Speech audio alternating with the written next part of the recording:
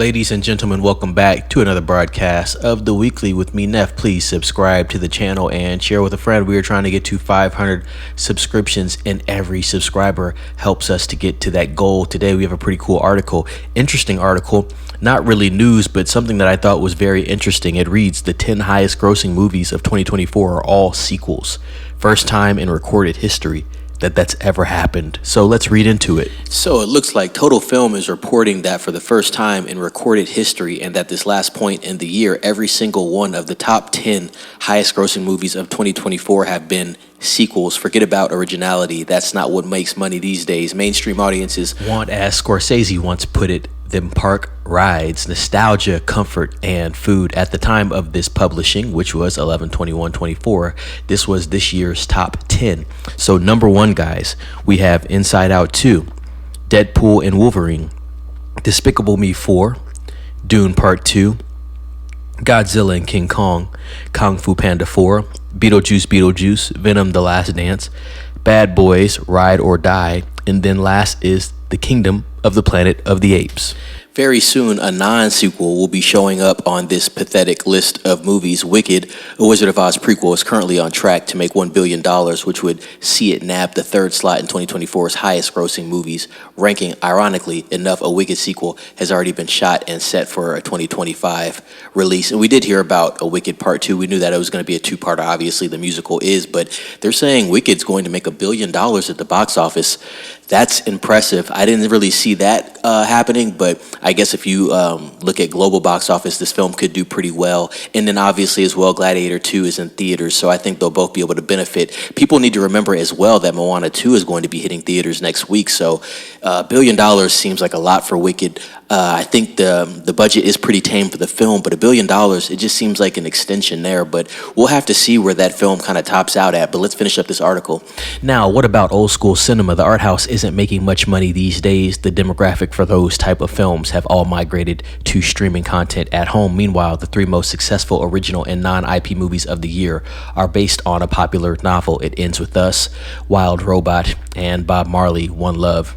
It's like we're stuck in a cursed loop. Audiences say Hollywood only makes sequels and remakes, but then only show up to watch those sequels and remakes and ignores the actual original films that are being made, thus empowering Hollywood executives to greenlight more sequels and remakes. Star Wars creator George Lucas, of all people, recently slammed this trend of sequels, reboots, and remakes in an interview with French publication Brut Officiel.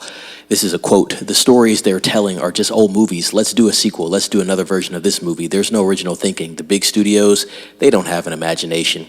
Well, obviously, George, because it's all the executives running and cutting the checks, so the executives are only concerned with what makes money because they are trying to appease the shareholders. It's just business at this point. But George Lucas, you know, while stating the obvious, does kind of miss the point there. But yeah, man, this is a business. They're going to do whatever works, and obviously the sequels and the remakes route is safe for them. And as the article points out, these people continue to go to watch these remakes and reboots and sequels, so why would they stop if they feel like it's an easy moneymaker, you know?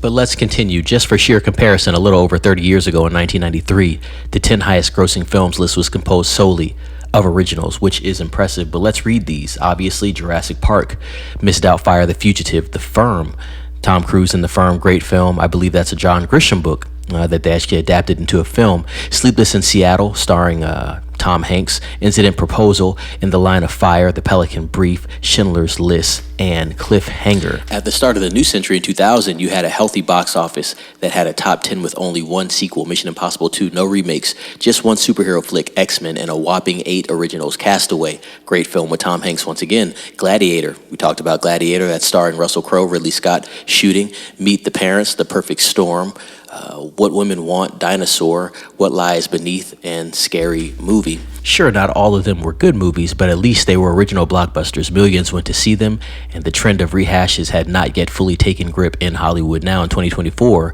we're being flooded by IP, and there doesn't seem to be a way out of it.